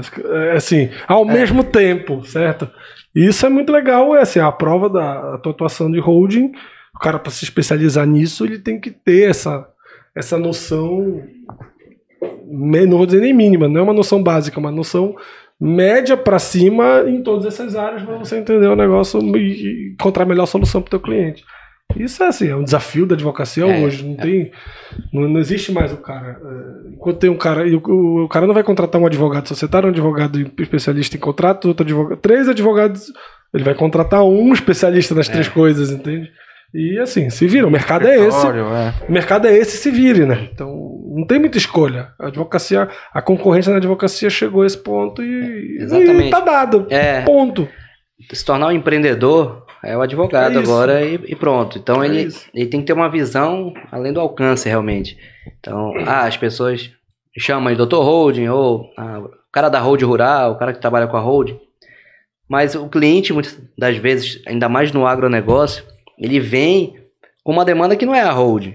A Hold acaba sendo ali a cereja do bolo, a solução de um problema. Que ele não estava imaginando. Então, vamos construir aí, de repente. O produtor rural chega, qualquer outro cliente também, falando aí para os colegas, qualquer cliente que você vai oferecer um produto desse, ou um tipo de serviço desse específico, falar, como eu já falei, 1, 2, 3 horas para o cliente, não é a solução. Porque às vezes eu falei maçantemente sobre a parte tributária. Mas o problema dele é um filho fora do casamento, que ele tá pensando na reunião toda, qual é o momento que eu vou chegar nesse ponto? E eu não falei. Nós temos um caso desse.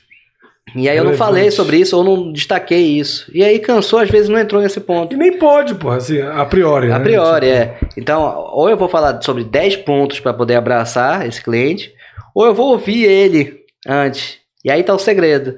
Então, várias reuniões hoje eu já faço tranquilamente que eu vou até o cliente. Não, eu vou até você. Eu vou até... E a maioria dos clientes que eu tenho hoje são em Goiás, Mato Grosso do Sul, não é à toa que é região do agro, e Tocantins também. Então, ficou muito centralizado. No Centro-Oeste, uma boa parte do Sul, uma fatia do Paraná, Rio Grande do Sul, interior de São Paulo, e aqui até Belém. Então, quando eu falo que eu estou chegando em Goiânia, quando eu estou chegando em Cuiabá, tem uns 10 me buscando no aeroporto. Quando eu falo que estou chegando em Belém, nem minha família vai me buscar. Então, é o contrário, sabe? O pessoal é mais conhecido lá fora do que aqui. Mas por quê? Porque isso é um sinal. Porque isso tá respirando lá já há muito mais tempo. Então, e aí teve alguns fatores. É engraçado, mas é realidade. É rir pra não chorar, né? Porque lá já tá isso, tá sendo fomentado cada vez mais. Ali já é um mercado que já tá muito mais aquecido há muito tempo. E ali o produtor rural está precisando dessa demanda. E muitos fizeram um trabalho incorreto lá com o produtor rural, seja advogado ou contador. Então, queimou ali um grupo. Então, para entrar um outro, tem que ser alguma coisa realmente diferente, mais qualificada. Trabalhei isso, e aí foi esse caminho. Antes da pandemia, cursos presenciais, que eu já estava fazendo há mais de 3 anos e meio no Brasil todo. E direcionei para o agro porque eu via um mercado carente de profissionais qualificados. Um produtor rural que paga um valor muito mais significativo para um trabalho desse, por conta da valorização patrimonial que ele tem. E aí eu vou entrar nesse ponto. Ele tem uma fazenda, várias fazendas são declaradas por R$1.000, R$20.000, R$100.000. Não tem muito isso no interior, cara. E hoje elas valem 50, 100, 200 milhões de reais. Então, quando que o imóvel aqui em Belém, que você comprou por R$1 milhão, vai valer 20 milhões? A não ser que seja um boom ali gigantesco daquele imóvel que era da família, e de repente vai ter um empreendimento ali em cima e você, enfim, faz até uma permuta para ter alguns imóveis, uns apartamentos. Enfim, desse desenho todo, no agro é mais comum. Então ali eu já mostro que, opa, a família não vai ter condições de pagar esse inventário, vai quebrar, eles vão vender. Eles vão vender e vão querer dividir uma fazenda. E a fazenda ela tem áreas boas e ruins. Para dividir isso vai ter conflito. E eu já vejo que ele já tem esse conflito. E ele me conta ainda que de repente tem um filho fora do casamento, ou que ele está se separando, ou que inclusive os filhos, um já é médico, outro é advogado, já nem moram lá, mas aquele que é o braço direito dele está ali na fazenda, ele queria privilegiar ele, porque ele que fomentou inclusive e movimentou a economia para os outros se formarem em direito e medicina. Mas isso tem que ser através de algumas conversas. Não adianta eu chegar lá de terno e falar uma série de coisas. Não, é isso e isso. Não, eu digo que não é impositivo. O trabalho é o contrário. Eu vou observar ali a realidade dele. Então a gente conversa horas com ele e ele me entrega. Como é que você começou? Realmente foi no Rio Grande do Sul, mas e aí? Aí ele vai entregando nesse caminho todo e você vai vendo, olha, tá vendo que teve alguns percursos aí que você perdeu o patrimônio que não estava protegido?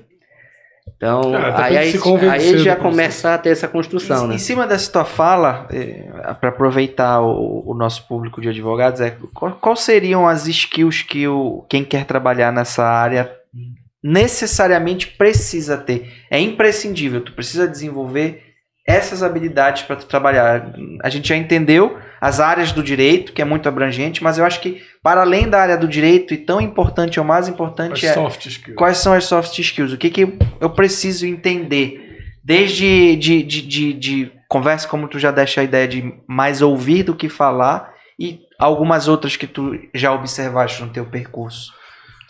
Tem... Gostar de mato, primeira coisa. Para ir pro agro, o cara tem que...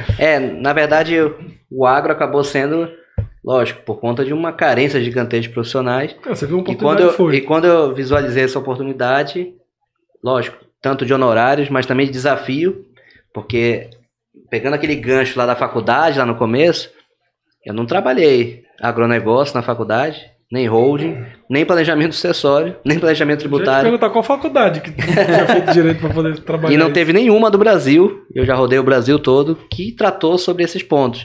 Na faculdade a gente tratava, talvez um bom professor falava que um planejamento sucessório teria um testamento ali. Talvez um bom professor, mas talvez ele nem utilizasse planejamento sucessório como nomenclatura, né? Então, esses skills aí, chique, né? Direito e o inglês aqui tá demais. Holding, né? Você sabe. O nome do episódio é em inglês, cara. Tinha que manter umas skills aqui. E a ideia, justamente, é o quê? Eu tô formado há muito tempo, ou eu comecei agora, eu tô frustrado, ou não tô frustrado, eu vou continuar no meu trabalhista, criminal, eleitoral, mas eu vislumbrei ali, e aí tem esses pontos. Sucessão é o imediato. É ali que você vai ter a cereja do bolo. Que é o quê? Hoje a gente tem uma sucessão bem agressiva no inventário, então já posso pegar esses números e transformar isso numa planilha fácil. Posso evitar ele com a doação dessas cotas, então já tenho ali uma economia para o cliente. Por conta disso, ainda tem um outro fator. A gente tem um avanço de um projeto de lei para alterar, inclusive... Isso é através de uma resolução do Senado. A legislação do ITCMD é de 1992. E vai aumentar. E até 20%. E o Brasil hoje, por incrível que pareça, é um dos que menos tributa ITCMD no mundo. Isso. Então, todo mundo reclama da tributação no Brasil, né? É uma maravilha, melhor país do mundo. Mas... o teto é 8. O teto é 8, até 8. Vai aumentar para 20. Vai ter a possibilidade de... Mas pode até aumentar mais do que isso. Tem projetos... O mais avançado é até 20, mas tem projetos de 15, 25, 35%. 35% é o Chile aqui. 40% é os Estados Unidos e a Inglaterra. A gente tem 60% Japão, França. E o que acontece nesses países? Ninguém deixa o patrimônio na pessoa física. O primeiro imóvel, o primeiro carro já vai para uma pessoa jurídica. Já é um trabalho, seja uma holding, um trust, offshore, enfim. Alguma nomenclatura dessa que naquele país não faz sentido deixar, porque senão a fatia vai ser maior ainda pro governo, né? Então aqui a gente tem até uma alíquota baixa. E por conta disso as pessoas acabam deixando para depois também, porque não é. Imagina se fosse 50% inventário só de TCMD, já teria uma regra diferente. Mas criar essa cultura agora, diante de uma aceleração... Até porque, assim, você tá nesse caminho para virar. Quando virar, assim, vai ser uma corrida atrás do... Vai ser uma corrida. Por exemplo, São Paulo hoje, 4%. E nada melhor do que uma corrida pro fisco, né? Chamar atenção e começar a atuar. E... Ó, 4%... Eu adoro uma corrida de mudança de negócio. Adoro. É natural, pô. Claro. É natural. É o peixe pulando na piracema. O fisco é o ursão que tá ali, só de boca aberta. É normal, pô. É claro. É lógico. Menos difícil, é mais prático pra ele. Hoje a gente tem em São Paulo, por exemplo, uma doação. Aí alguns estados permitem isso. Estão dando um plus aqui, um bônus aqui pra turma. Por exemplo, tem alguns estados que eu consigo doar essas cotas com base no valor contábil, valor histórico. Então eu posso ter esse patrimônio ali, eu peguei esse exemplo, 500 mil reais desses vários imóveis daqui de Belém, por exemplo, e doar ali por 4% e ter uma base de cálculo menor e uma alíquota menor, enquanto que no inventário ia ser 6 milhões, 3 milhões, enfim. O valor de mercado mais a alíquota maior. Lógico que tem vários estados que ao atualizar a sua legislação, como o Pará, ele já atualiza também o ganho de capital, a base de cálculo. A base e a alíquota. Então, às vezes, a gente olha para a alíquota, mas é a base de cálculo que é o principal. Que é o principal, Então, posso ter um estado com 8% aí, mas ter uma base de cálculo valor histórico. E aí, mas existem estratégias para a gente, inclusive, mudar de domicílio fiscal. Então, isso aí fica para uma segunda etapa do nosso podcast. Muito bacana, assim. Essa é bônus. Essa é uma boa dica. Isso aí tem no curso lá. É normal, compra o curso, vale a pena. Sigam, não quer comprar o curso ainda? Sigam, que daqui a pouco você vai comprar. É normal. É uma questão de tempo só. Porque o assunto é muito louco, é muito bacana. Assim, a diversidade do que se pode falar aqui no assunto. Apesar de... holding familiar, holding. Mas aqui você está trabalhando até chegamos ao ponto de contratos no mercado do agro. É um produto muito legal. Para te ouvir falar, é um produto muito legal. Como perspectiva para quem quer começar na advocacia numa área diferente, quer fugir do litigioso e tal. E aí, pegando esse gancho que foi colocado aí, como é que o colega vai ter condições de, pensando na advocacia, lógico, eu puxei para a sucessão, mas eu acho que ele puxa muito para a ideia do qual é a proximidade dele. É o mais próprio, certo? É o mais próprio, é a demanda mais própria para si. Ele pode ser, por exemplo, um advogado familiarista e ele também pode tratar a questão pode falar, o que eu já tenho de cliente no meu escritório? Exato, é o mais próprio.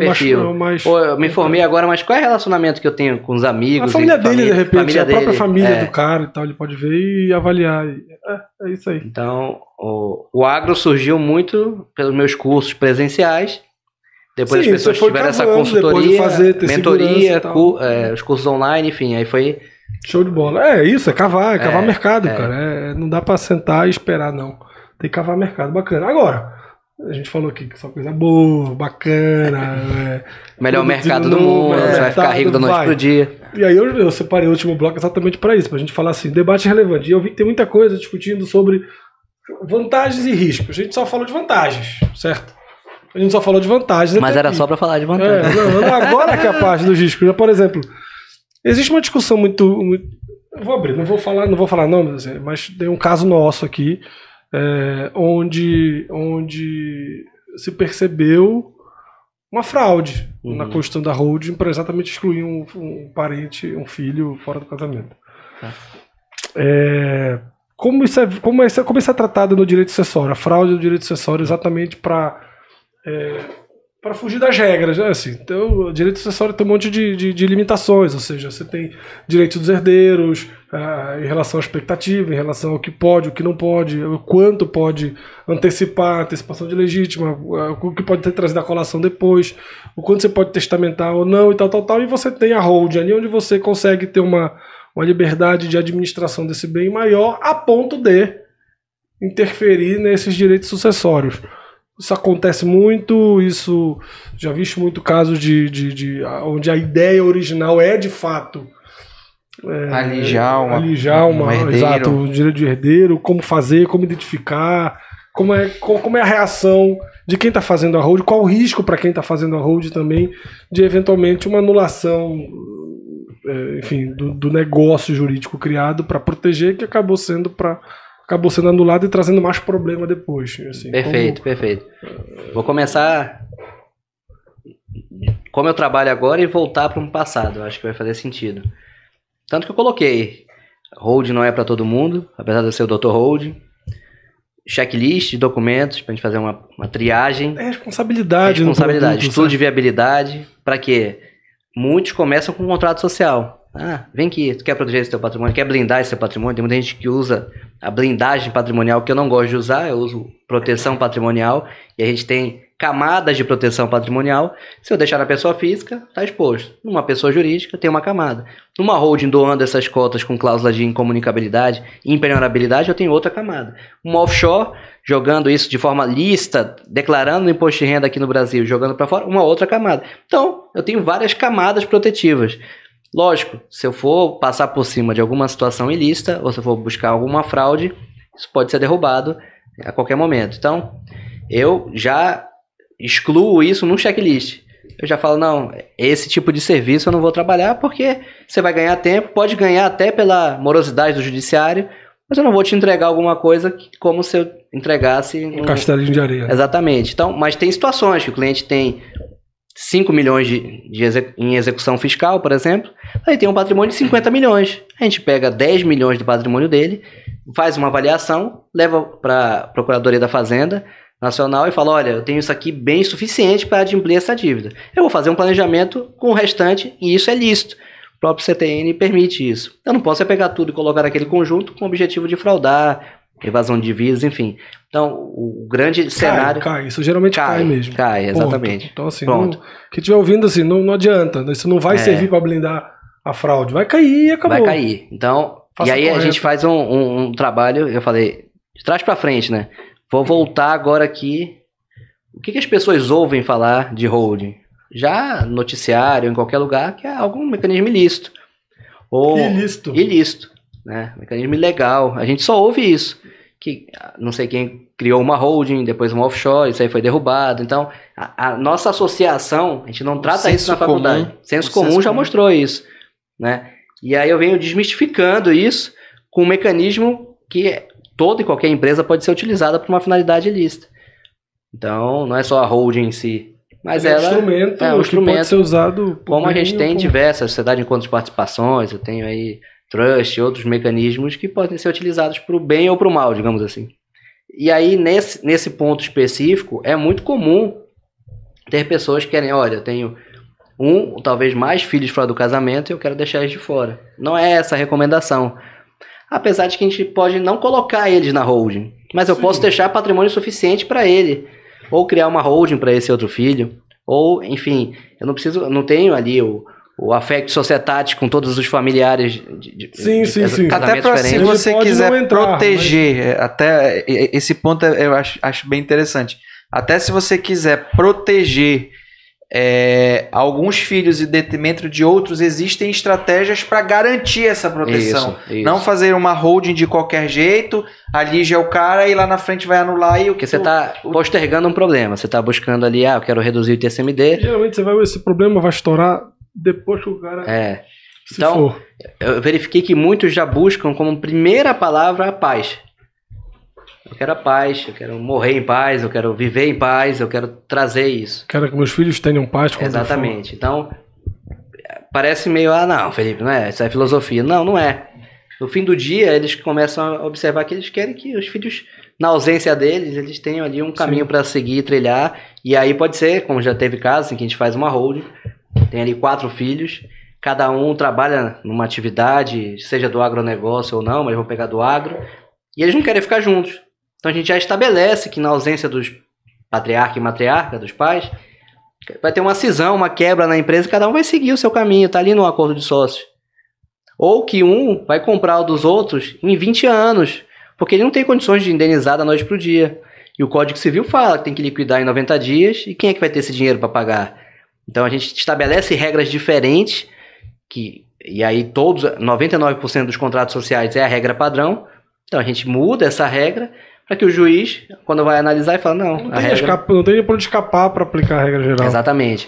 Então aí eu tenho um desenho em que tem fraudes grandes, tanto na parte tributária, enfim, mas também fraudes familiares, para um divórcio, não é só o filho fora do casamento ou deixar um outro filho de fora, mas um divórcio realmente, de passar esse patrimônio para uma holding e de repente pegar uma parte maior para um lado, ou na hora de indenizar ali uma comunhão parcial o cônjuge que era sócio da empresa e o outro não, mas pela comunhão parcial adquirida ali junto teve uma participação e aí a própria empresa já diminui o capital social dele para botar ele, ele teve uma alteração recente do capital social, ele só tem 2%, ele tinha 25%, mas agora só tem 2%. É com base nesses 2 que a gente vai fazer essa divisão. Então, tem mecanismos para tudo que é lado. E aí vai do profissional saber qual área que ele vai querer atuar, inclusive, e as responsabilidades dele. Então, todo desenho que eu faço, pegando o inglês aí, que eu estudei bastante antes de vir para cá, a gente faz uma comfort letter, tá? Que é justamente essa carta de conforto que eu vou desenhar ali e falar assim, toda a ausência de informações que você que deixou de compartilhar aqui comigo é tua responsabilidade a partir de agora. Então faltou isso, aquilo, ou não, tá ok. Da mesma forma, não te passar a perna também, né? Exatamente. Não te usar como um meio de fraude. Exatamente. Então a gente tem que ser inteligente a esse ponto, porque, lógico, você consegue cobrar um valor mais interessante, mas tem uma responsabilidade gigantesca por trás nesse desenho todo. Essa comfort letter dá para usar em vários casos. Dá. Tem que elaborar uma aqui para alguns clientes precisam ter assinado essa comfort letter aí. É providencial para toda a advocacia, inclusive. Não só para a holding. E a holding a gente utiliza alguns mecanismos sucessórios que ali pode ser que a legislação altere ao longo do caminho e mude a regra, por exemplo. Então a gente tem que estar ciente disso. E, enfim, tem uma série de estratégias também com as informações que eles prestam, são sigilosas e tudo mais, mas o que eles deixaram de prestar também e que possa interferir lá na frente na estrutura, a culpa não vai ser minha, nem da equipe que está formando isso. Então a gente deixa bem claro isso, que as informações foram essas, para que lá na frente as palavras o vento leva, né? Exatamente. A gente formalizar isso, aí a importância do contrato. O contrato sempre envolvendo toda e qualquer relação que a gente tem. E aí eu vejo ele como o pilar mais forte de toda essa estrutura. A sustentação da validade, da boa-fé de todo mundo. Isso. Show de bola. Cara, Entregou. Foi top aqui. Entregou tudo. O Dr. Holding veio e entregou. Comprei um curso que vale. Cara, Felipe, foi show, foi top. Eu acho que assim, pra mim, inclusive, assim, que só conheci os termos em inglês por causa da WhatsApp, mas como funcionava a questão da holding. O Flávio Augusto, inclusive, tem várias. Tem, com certeza. Com certeza. Pergunta se não foi o Dr. Holding. Então, assim, mas acho que em termos de conteúdo entregou mesmo. Entregou tudo aqui pra quem tem interesse, quem tinha interesse, dúvidas, como funciona essa questão da holding, como o advogado atua especialmente na construção dessa holding. Acho que ficou muito claro que tipo de negócio jurídico está colocado na mesa como uma forma de atuação do advogado especialista nessa. E o quão é importante o advogado entender a importância de planejamento para ele poder mostrar isso para o cliente dele. Isso. E principalmente com as perspectivas de mudança legislativa. Hoje, mais do que nunca, e se isso se configurar nos próximos 10 anos, é para ontem a necessidade de se fazer esse planejamento, de se preparar. E mais uma vez, não é aquela história, não é só, levando a pergunta, não é só para o milionário ou para a pessoa, para todos, né? Para todos, Para todos. Se o cenário que está se desenhando hoje a nível de Congresso Nacional, metade se vai se concluir, porque a crise é tamanha e o Estado vai querer arrecadar, isso já está na pauta, isso vai passar cedo ou tarde. Eu não vou criar um novo imposto, só vou majorar o que já existe com aprovação prévia que já está avançada. Então, questão de tempo. E aí isso também brota a oportunidade para os colegas advogados de um novo produto para os seus clientes. De um produto, de trabalhar. E quem quiser saber mais, tem o curso do Dr. Holding. E quem quiser saber, aprender, tem o curso. E quem quiser pegar os seus clientes e trabalhar em parceria, você também está aberto. Então... Como eu falei, o topo está ali, a advocacia, e eu só consegui entrar nesses mercados do Centro-Oeste, por exemplo, graças, inclusive, a essas parcerias. Então, tem muito advogado lá que mora em volta de milhares de fazendas grandes, soja, por exemplo, a lavoura ali, soja, milho, enfim, e não trabalha com nada do agronegócio. Ele é trabalhista, ele é criminalista, enfim, mas ele está tão envolvido ali na realidade que ele falou, opa, fazer uma parceria, nem quero aprender às vezes sobre holding, mas isso vai dar uma potencializada no meu escritório aqui, financeiramente, e vou me colocar numa situação melhor aqui na cidade, enfim. Então, essa parceria está sempre aberta e é o que faz girar realmente. Eu gosto de falar o seguinte, a roda do trator não pode parar de girar, então é isso que eu faço o seguinte, o agro é pop, o agro é tech. O agro é tudo. Felipe, obrigado, cara, por ter vindo, por ter topado esse convite nosso aqui. Demorou um pouquinho pra gente começar, peço desculpa aí, demorou um pouquinho, mas acho que foi top, assim, pra quem ouviu, pra quem quiser aprender sobre holding, acho que o conteúdo tá muito completo aqui nesse episódio de podcast. Agradeço por isso também, por ter vindo e por ter contribuído tanto aí nesse debate, e já fica o convite aí para próximos episódios, próximas conversas, outros assuntos aí, se a casa é sua, você sabe disso. Maravilha. E assim, para quem quiser, quem gostou, quem tá gostando desse formato, quem quer sugerir alguma coisa, alguma mudança, convidados, temas, para quem tá gostando, compartilhe, entre no canal, se inscreva no canal, comente, sugira, compartilhe com amigos, com advogados que de repente você acha que esse conteúdo pode, enfim, adicionar alguma coisa, contribuir com a formação, com o processo de decisão de carreira, etc. Esse é o nosso objetivo aqui, é compartilhar, aprender, como nós aprendemos hoje, compartilhar esse conteúdo e, assim, ajudem a gente também a chegar mais longe nesse conteúdo, levar mais longe esse conteúdo, que eu acho que vai ser muito bacana, especialmente o de hoje, que foi muito bacana aqui com o Felipe, doutor Holding. Meu amigo, obrigado. Obrigado por ter vindo e até o próximo episódio, pessoal. Valeu, pessoal. Um abraço. Um abraço.